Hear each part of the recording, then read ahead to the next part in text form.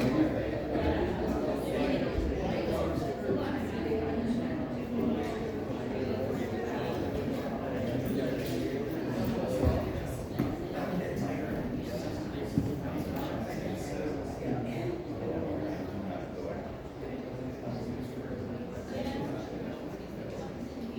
everybody.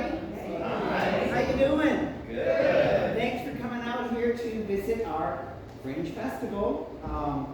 I don't know if maybe you saw today on the news, Kevin Patterson. There's 20 performances taking place today in San Diego of the Fringe Festival. So we're so excited. Kevin and I are new to this community, and this has been our life's work in theater and doing different things. And in our retirement age, I guess you might say. Well, it's Kevin's 14th year running the festival in San Diego. And before that, we were performing arts educators. We had the Academy of Performing Arts in San Diego, which was a place for young professionals who would be on tour, that they would come in and take their vocal class or ballet class or tap and jazz.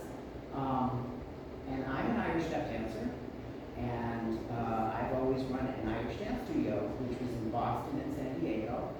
So long story short, we spent many years on stage and producing and doing things. And now we're at the phase of just cultivating the arts. We try to cultivate the audiences, and we try to cultivate opportunities for the performers. And that, in a nutshell, is what San Diego, or Fringe Festival, is actually about.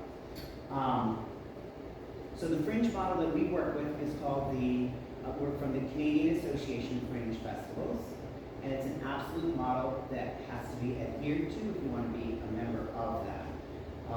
And it's the coolest thing ever. So the way it works is artists can apply to be a part of your festival, and they are given the opportunity of a technical rehearsal, and then they get 5 performances. And well, we opted, because we're just introducing Fringe to this community, to just pay our performers out of pocket. But generally speaking, it's a very nominal fee. Right now it's $13 for a ticket to go and see. And that $13, 100% of it goes to the artist, which is why we get very excited about like an artist trying out a new show, giving legs to a new show. Or an artist who just is in love with being a part of Fringe. They come every year to be a part of it. But they get 100% of their box back. So there's this famous term, and you might have seen it in the past, of like the cone and the person standing up in a box. That's called a barker, right? Because the barker is the person who is selling their own show. Ladies and gentlemen, step right up, buy your tickets, and do whatever you can to bring your Fringe audience in.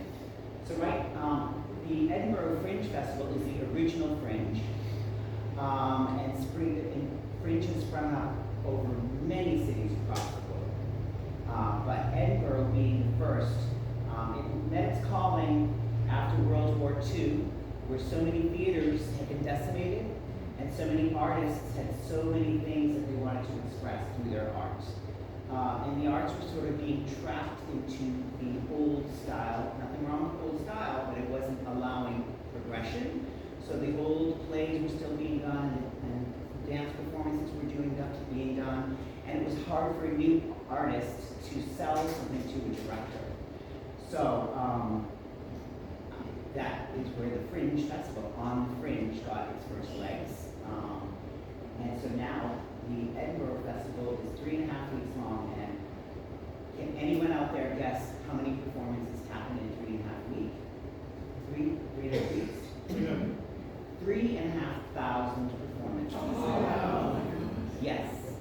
So if you're ever in Scotland during the Fringe Festival, go to Edinburgh and see just a city crawling with the arts. And so how does that happen? It happens because the community feels part of the arts. They don't just look at the arts. They don't buy a ticket and just purchase the art. They feel a part of the arts. And you guys are just doing so great down here in Baja, because people have been coming out every night for all our different performances. We have had the most incredible hosts. We call it billeting, where people provide a place for the artists to stay, so you can feel very much a part of the arts. And we're hoping that it might inspire people to perhaps do a performance in the future. Maybe there's some performers out there who would like to have the opportunity to do, performances in Baja or in San Diego. So, here in Mexico,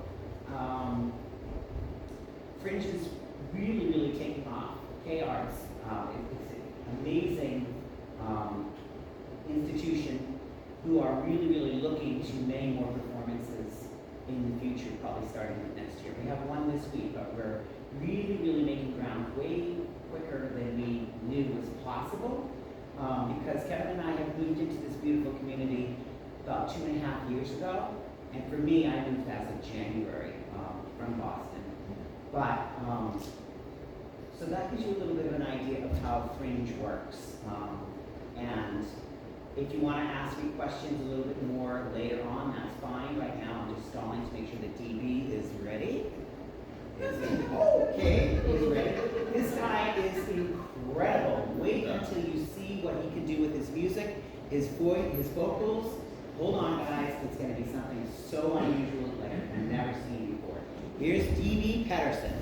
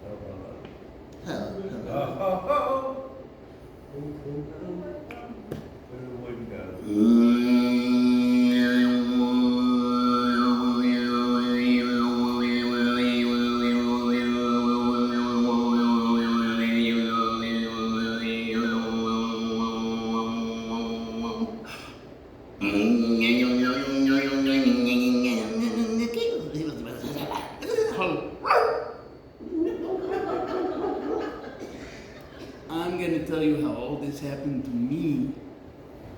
But first, thank you, Fringe. Thank you, everybody, for showing up and providing this beautiful space. Thank you, Steve, for yesterday's show and the fantastic entertainment in the lobby.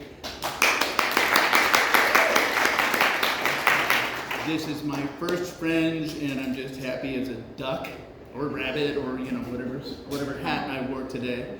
I want to explain one little thing. Most of the sounds, these things here, come from my mouth, and this thing here, I will be playing the bass and some flutes and accompaniment things.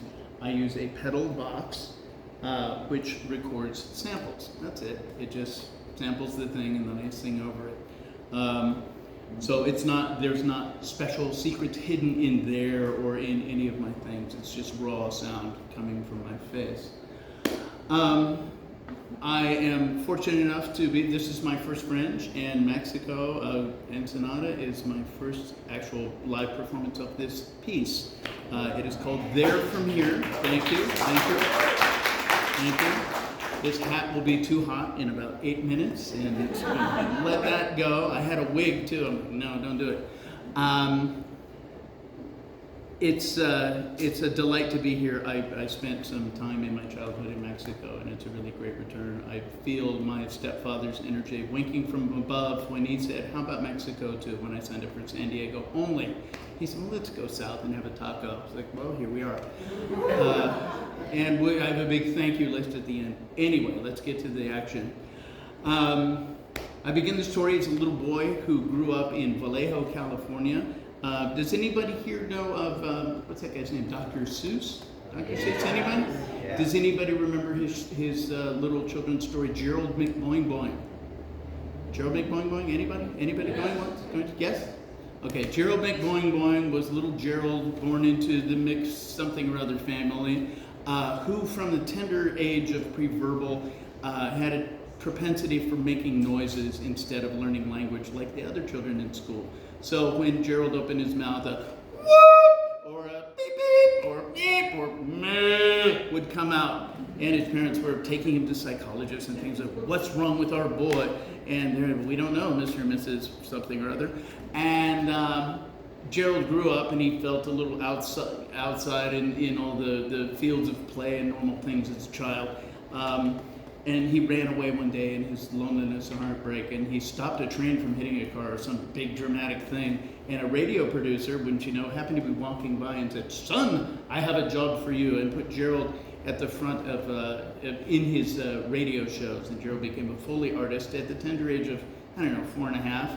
I wasn't there yet at 4.5, but I sure made a hell of a lot of noise. So that's the basis of that. I had report cards in second and third grade that said, David has these loud outbursts of sound in the middle. He's generally bright and participates in a lot of things, and then he's just crazy as ... Nobody ever wanted to fill that part in. So what I'll do is I'll make a little sample. I do voice for theater and Foley work and radio and this and that. So let's make you a little sample here, see what that sounds like. We're good to go there?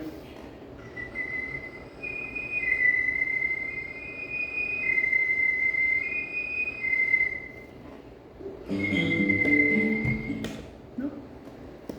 Let's go here.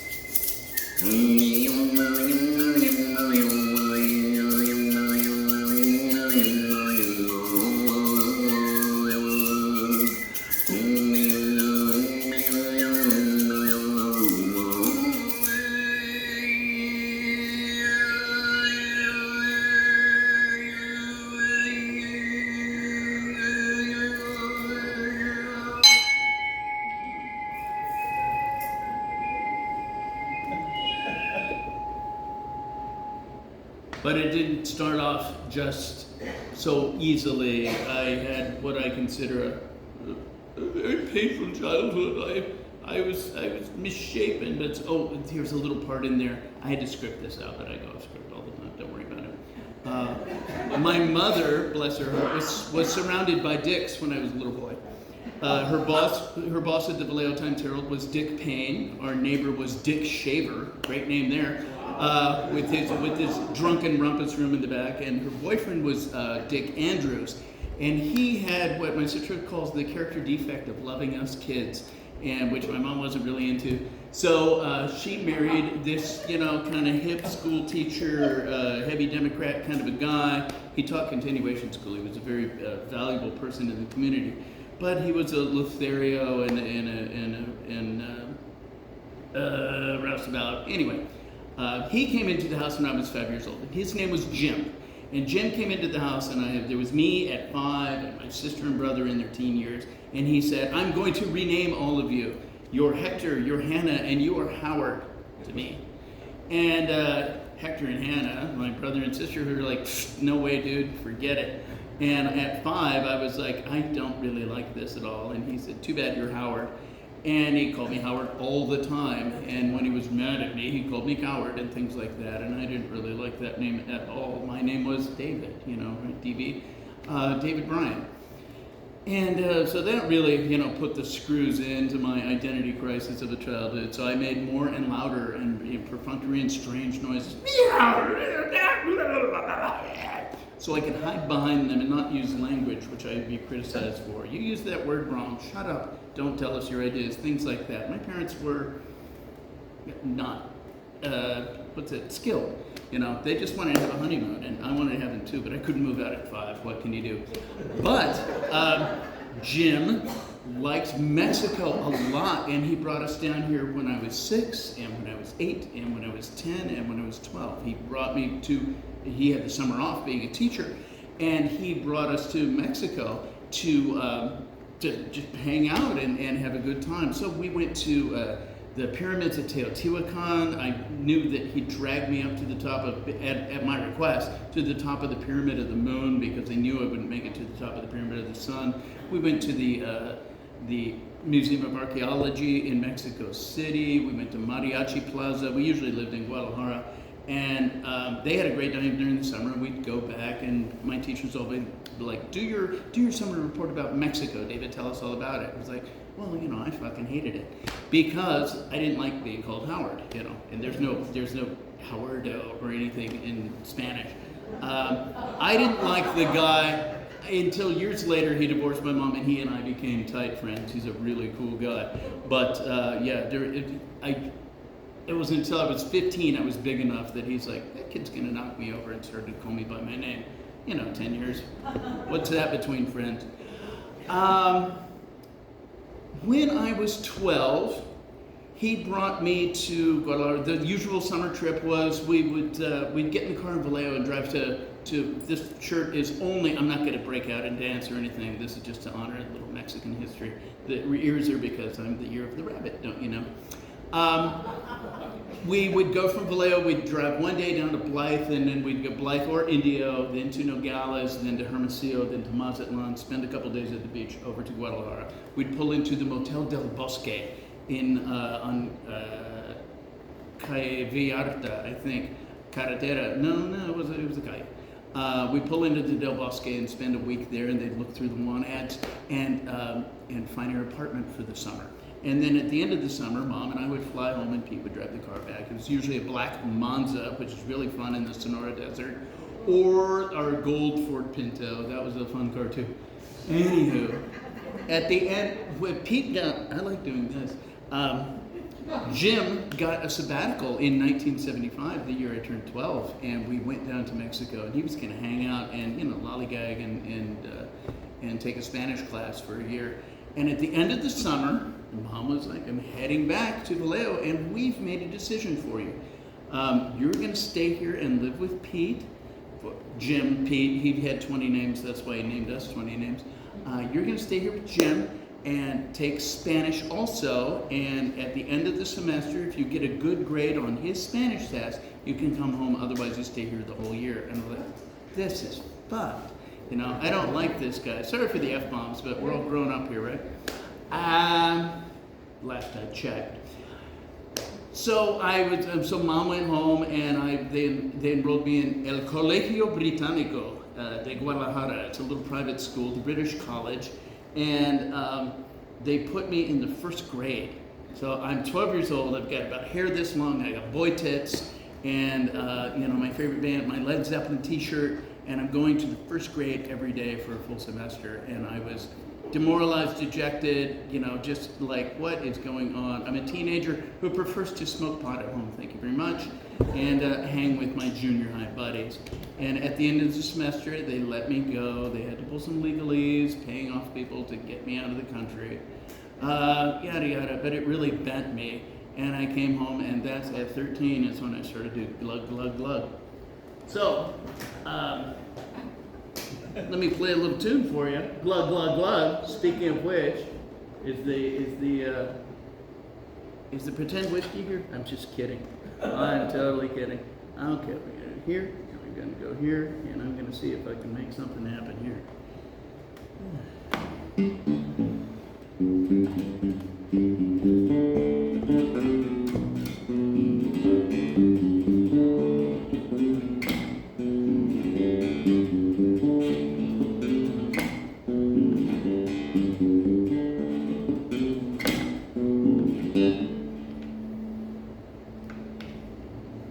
Silly rabbit. What's uncomfortable? All right. Kick, thrust.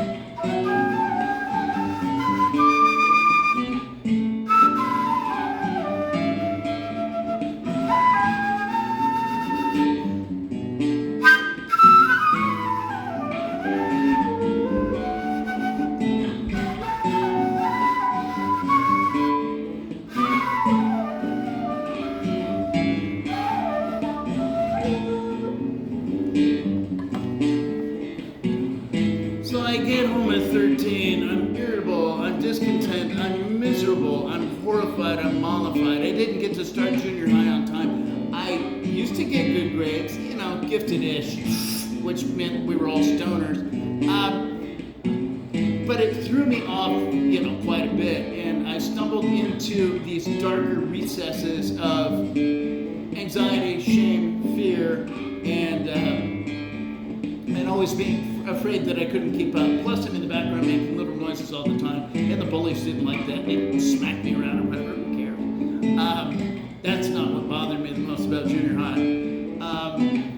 I got into civic choirs, and I got into the workforce. Oh my God, everybody. My first job ever was was with a lady who's about this big, and it's not an ist thing at all. She was just a big lady who wore muumuus, and her name was Juanita. And if you know of Juanitas from Northern California, you know that I worked for the terror of a lifetime. Juanita drank, hollered. If she liked you, she pulled out her breasts and wrapped them around your head. She hated me, and I liked that. She hired folks from Napa State Hospital, she hired junkies, and she hired teenagers from Vallejo Junior High School. And she figured, anything was great because she didn't have to pay everybody right away. Nobody was on payroll. And the bar was open as long as Juanita was asleep. So me and my friends would, at 14, we'd wash dishes and take turns running out and drinking insanely and continuing with our work. That turned into a couple of years of work for her. And my mom telling me, if you can work for her, you can work for anybody. Silver lining. Junior high, started going to choirs and hanging out with all the theater kids, I could get along with great. And I'm theatric a bit, but still kind of, more in the background kind of a kid. I hope this is following a linear phase for it. Storyline for you. One of the kids in my civic band really liked to, he'd come to rehearsal every Sunday night, and his name was Chuck, and he played the baritone saxophone. And between breaks, Chuck would regale us with stories of his job at the cemetery. Ooh, the cemetery, a block from my mother's house. Mom made the fatal mistake of taking me to see Harold and Maude when I was 7, when it premiered. And I was like, oh yeah, I know what to do. And I still do.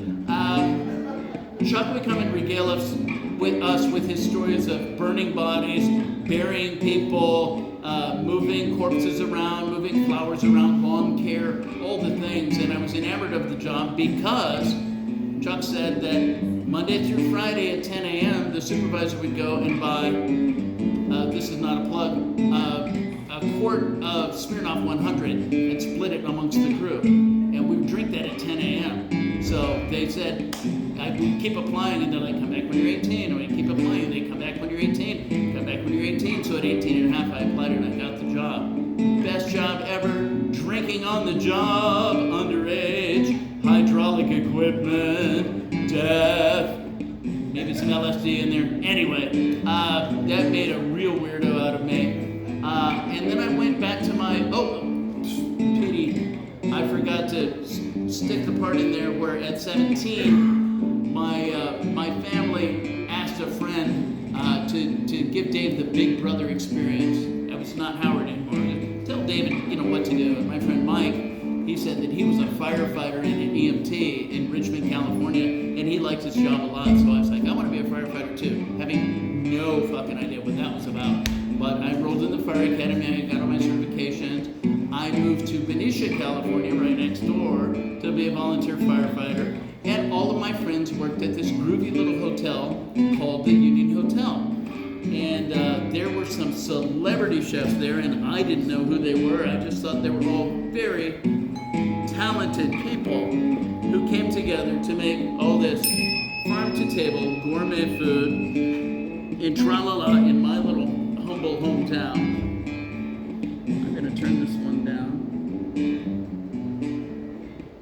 And I'll tell you one story in particular. I didn't know who these people were, but I loved to cook. My 3 favorite shows as a child. My 3 favorite shows, everybody. Kung Fu, David Carradine. The Priest going through the West, kicking ass, taking names, and playing his wooden flute. I didn't want the martial arts part. I just wanted to play the cane flute. Ta-da, number 1. Emergency with Johnny and Roy driving the ambulances around Los Angeles and helping people and intervening in their lives. I thought, that's some macho shit. And The Galloping Gourmet. Remember that show? Graham Kerr in his youth, before the calorie counting shows, he would make a giant French classical meal on stage while drinking wine, and tipsily walk out and invite a beautiful woman up on stage to share lunch with them. And what I didn't realize, the subtext for me was the drinking that went along with cooking. So, but I've always had an interest in the alchemy of cooking, and these wonderful women who I found out later were big news in California cooking, were showing me what to do. There was one guy who would show up about twice a year. Beautiful, big guy, not as big as Juanita, big guy. And so Juanita was 14, this is now 19. Big guy would show up, and it's in his lovely, he had his tie on, that he would throw over his shoulder, and they would make a table for him in the middle of the kitchen. And we're doing 100 tops that night, and it's a busy kitchen. And they would make a little table for him and put a nice crisp picnic blanket on the table and served him wine there. And my boss, Judy, would hand him things off the grill fresh and put them on a plate. And he was jovial and had a big apron on, like a good farm boy should. And he would just crack jokes and blah, blah, blah. He was always in my way. Just I'm coming through, God damn it, and get my job done. And at the end of the night, we'd have a little summary. It was like, David, how was your night tonight? And I'd talk about everything. We're like, except for Big Fat Jim. When Big Fat Jim is here, he's in my way, and it's really a pain in the ass, and I have to work harder. And my boss, very lovingly, kind of grabbed me by the ear and said, well, Big Fat Jim is James Beard, okay? Shut up. You might learn something. And just get to work, and maybe not do so much coke off duty. Anywho, but Judy was great because I had fireman stuff under my belt and working a graveyard or whatever. Whenever things would go totally insane in the kitchen, I was rambunctious enough to be like, who cares? Nobody's dying. We're fine here or whatever. Which made her pissed off at me and it made her promote me. And which she did over our relationship, which went back and forth for years. Judy would always promote me, and then, I'd leave in a flurry to go drive ambulances, to come back to cooking, yada, yada. This went on forever. I can't believe I have to use notes. Pardon me. Helps slow me down a little bit. I went to the Napa Valley. I cooked for a while. I went to paramedic school eventually in 1989. I was living in Oakland, going to Stanford. The earthquake happened. I wear an A's hat a lot. People are like, "Oh, how about those A's?" And I'm like, I don't give a shit about the A's. I was a paramedic during the Loma Prieta earthquake in 1989, and we all saddled up and went down to where the freeway collapsed at 5 p.m. on a weekday, and we were everybody in rescue in Highland Hospital, we all assembled in the triage area, and we're like, there's hundreds of people dead there. This is a big, big, big to-do. And as the night went on, we found out that most everybody was at home watching the Battle of the Bay. The Giants and the Oakland A's were playing the World Series across the Bay. And it was limited to about 42 deaths under that freeway. And I wear that hat as a memorial to, I could care less about baseball. I loved it in the 70s, but I love when people ask how I feel about the A's and I get to tell them that story. It's like, how's your taco? Ugh. I don't want to eat that now. And I'm a chef by trade now. In fact, I'm going to jump ahead a little. I've been working for the last 8 years with the Frank Lloyd Wright Foundation and Taliesin in Wisconsin, being a chef for the School of Architecture and things like that. So chefing is still in my blood to this day. I would like to tell you about moving to Wisconsin. So in the 90s, I wrapped up being a paramedic 92, 93. I managed a restaurant in Oakland called the Cuckoo's Nest before I defected to Indiana. If you've heard of the artist Tom Waits in part of his act is always, one of his little tropes is, avoid Indiana at all costs. If you can, just never go there. Drive around it. The crossroads of America, whatever. And when I decided where I was off to for the rest of my life, I decided on Indiana. If I start there and survive, then I'll be doing okay and I'll have Tom Waits' magical approval somehow. I went there in the winter of 95. Jim, my ex-stepfather, I was moving with a girlfriend. We were moving in October to Indiana, and Jim was like, his parting words were, "You've seen The Shining, right?" I was like, "What?" As we moved off to West Lafayette, Indiana, to a big old creepy house that we took care of, and we ended up moving to Wisconsin. Wisconsin, 1996. I get a job at the top restaurant in Madison, Wisconsin, when my soon-to-be boss and mentor phones my old friend Judy in San Francisco and says, "Oh, Dave Pedersen, he's great. I haven't heard from him in years. How's he doing? He wants to work for you?" "Well, he's great. he's really good in the kitchen. He'll run circles around your best people, blah, blah, blah. And within about a year, he'll tell you where to stick it with such anatomical correctness that you'll never survive. And she's like, okay, great, click. And I'm like, am I hired? She said, yes, I can't wait. That was my boss, Odessa Piper, in Madison in 1996. And 9 months into my gig with her, and she's doing state-of-the-art cooking, resourcing everything in the farmer's market, making farm-to-table cooking in Wisconsin, being a leader and a teacher and a mentor to all the cooks who are out there earning their James Beard Awards now. Big Fat Jim. At about 9 months, she's like, you're a little crispy around the edges. I have a friend who's got a sheep farm in New Glarus, Wisconsin. You should go work for her. And it was a sheep farm. What the fuck is that? And in Wisconsin, people joke at you to let you know they love you. But it's really hard to feel love from people who are going like, how's fucking the sheep? It's like, ew, that's gross. Anyway, I'm working out on this sheep farm and raising, birthing and raising lambs and stuff like that. So this is the story that everyone loves. Because I'm a little noise maestro.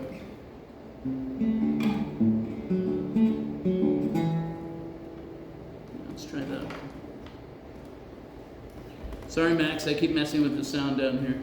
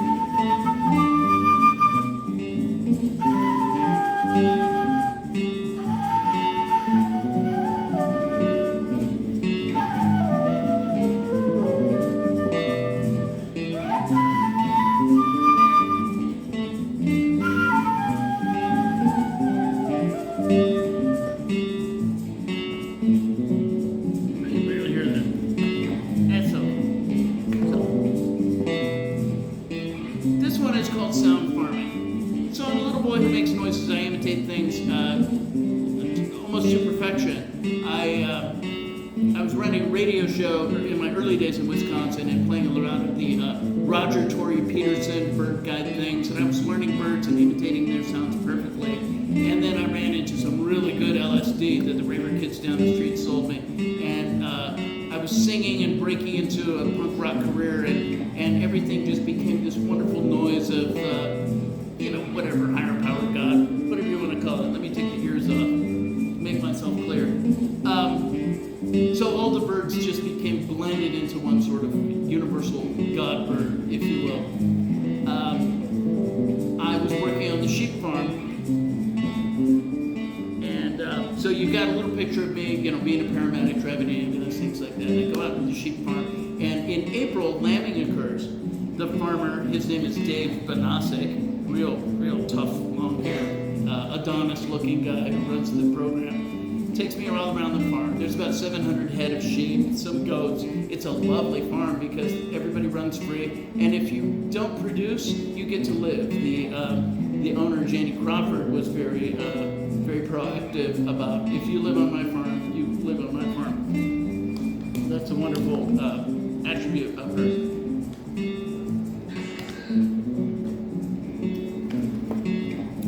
Dave takes me out to the field one day, and he's gonna show me how to lamb. The city boy. Ooh. He's gonna take me out to the field and show me how to lamb. He's got a kit. He's got a log. He's got a log for logging. A log, bang. He's got iodine spray. He's got ear tags. He's got little rubber bands to take the beautiful little lamb's balls off. He's got all the things to make sure the birthing and the assigning of the lambs goes with the right ewe, yada yada, blah blah blah. He takes me out in a field of tall spring grass, and he says, "See that herd over there?" And all the girls are they're munching on the grass.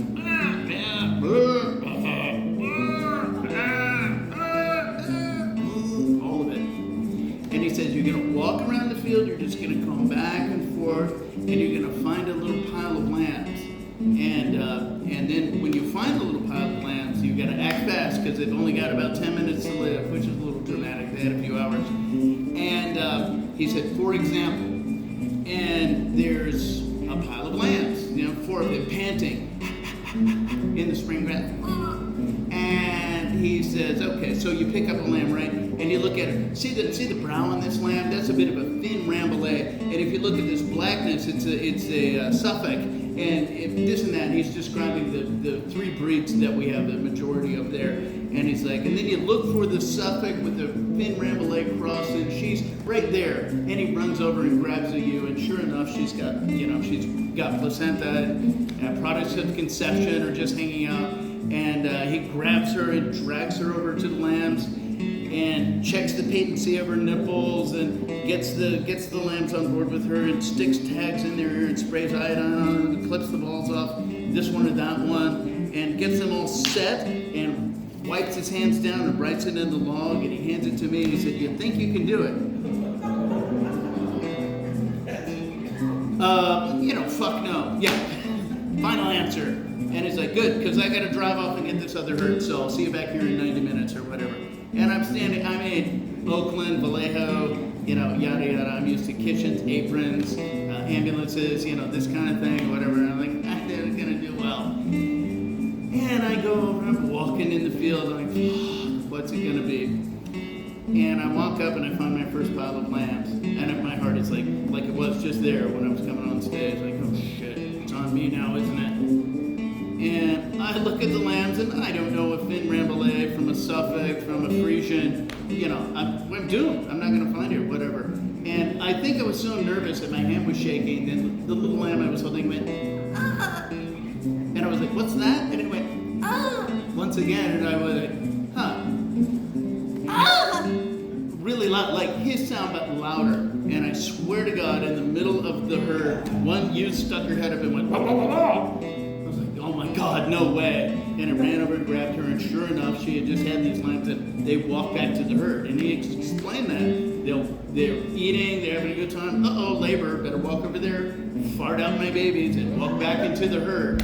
Like, great. And I shook this little guy and found his mother, and then every little pile of lambs I found, this one over here was like, and I was really loud enough that one ewe stuck her head up and, bring her over, tag the lambs, write it all down and everything. He came back later thinking I'd have dead lamb stacked like cordwood. You know, of course, city boy, let's see how good you are at this. And he was kind of amazed that, you know, we had very little loss that day. So that's my story of sound farming. I invented it, and I'm sticking to it. Meanwhile, at that same farm, so we got daddy issues, stepdaddy issues, alcoholism. I mentioned the LSD, probably not all the meth I did in the 80s. What are those things? Chain smoking. I used to breathe fire because I thought that was really cool. Sometimes it burned my throat. I was all scarred up, all this scarification. One day, I'm mowing hay in the field, flipping it over for the sunshine. I'm mowing hay in the fields and turning around in a tractor, and I've never let go of my father. He's inside of me, and I've always been looking for him. He's just kind of absent when I was a little boy. And I was driving around my tractor one day singing a song called The Fears of Gun about a guy named Gun, and he wears his alcoholism well, and the chorus is Fingers Down the Throat of Love. It's by a band called The Birthday Party, aptly. And I was just screaming Fingers Down the Throat of Love on the back of my tractor, and my voice went, I was like, oh God, that hurt. And I was like, but that's cool. So I had an 85-foot steel, maybe aluminum grain silo that was empty, that I could go take my cigarette breaks in at the sheep farm, and I would go in there and go,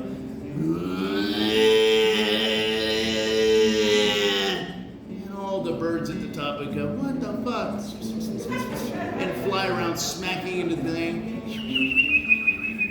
And I learned to sing in this grain silo. And what I didn't know was that I was throat singing. And there's another part of my story I left out, doesn't matter.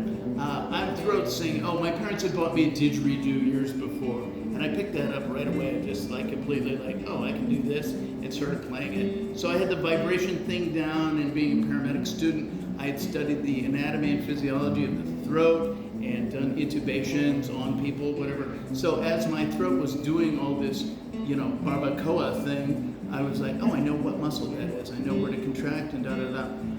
One way I used to explain it, it's like when you take a balloon and blow it up and then take the neck of the balloon and pull it. And the tighter you pull it, the higher it goes. I'm controlling the anatomy in here by squeezing it down and down and down and forming a little thing, and it comes out as a whistle, and then it bounces around in all these little cavities up here and goes. And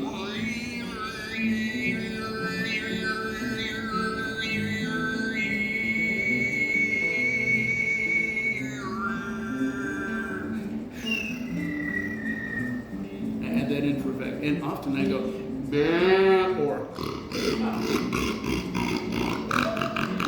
to spice it up a little.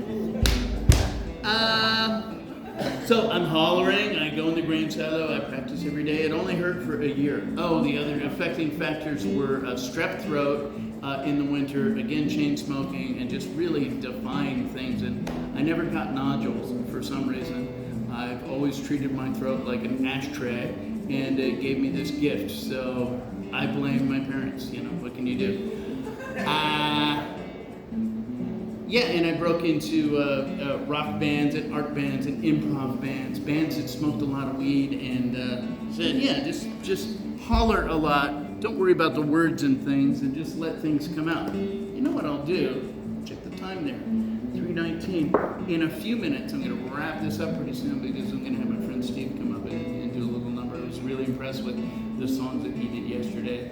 And anyway, so I become this singer, and I do a lot of improv. I work with the University of Wisconsin Dance Department. I'm very privileged to work with all sorts of artists and folks who like to do theater and avant-garde things. I've done soundtracks for A Midsummer Night's Dream. I live in a very idyllic area of Wisconsin now where the American Players Theater has a production company, and I'm sitting on the sidelines going, notice me, notice me. I I've been writing for about 40 years. I have a Substack page. I can give you all that information. I have SoundCloud. I have YouTube. I have all the things. But one thing I don't have is a regular experience of getting on stage and doing the same kind of act. You know, I do it once in a while. But what Fringe, I'm looking forward, the education Fringe is giving me is to have a thing, have a package, and as Liam explained, you know, be able to take that to different places. So this is a terrific opportunity for me to make it all happen. I am a tiny bit of a spiritual person. I have been since the graveyard experience, and then actually meeting people in my EMS years who are actually going through the motions of dying. It's a completely different energy. Little did I know that death isn't just, you know, that permanent pause. It's a process. I've also gotten to deliver 6 very healthy babies in my brief career as a paramedic. I like that place, that spirit place in between, you know, where we're coming and going from. I'm not in any rush to get there anymore. I hope I spend a few more years and get to hang out with all the people like you who I can't see right now. Damn it. House lights. Anyway, I've been able to play the bass on stage a little more. I'm very happy about that because my nerves are really shitty, and it's been a full circle to come around to Mexico, especially, and really give thanks and gratitude to my stepdad. You know, he believed in me a lot, and even a cousin commented, "Jim would be real proud of you. He just wouldn't say so." And I think it has a lot to do with, you know, he had a really tough boyhood too. So he did the best that he could, and I turned out okay. You know, I'm not, you know, haven't been in jail, haven't done too much damage, and I get to hang around and see if I can pull my head further out of my ass and see the sunshine. This is, that's a nice sound, but this is a fun sound too. This is called an electric Shruti box. And I used to have a squeeze box that was a Shruti box. I wanted to play this one.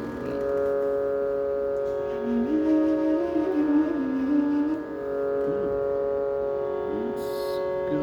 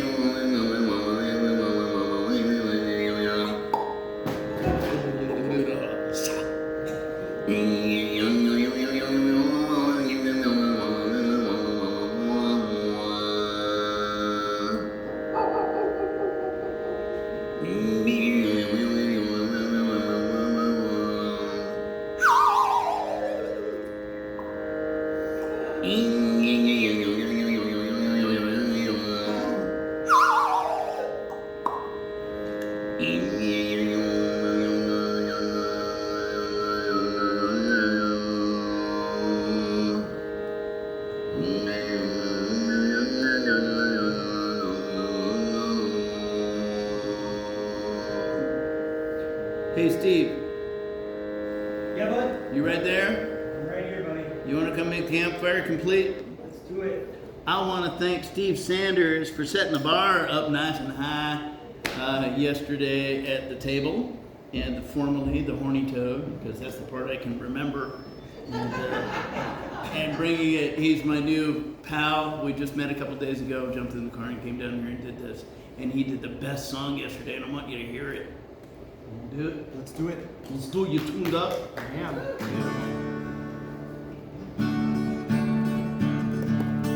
I think it'll catch.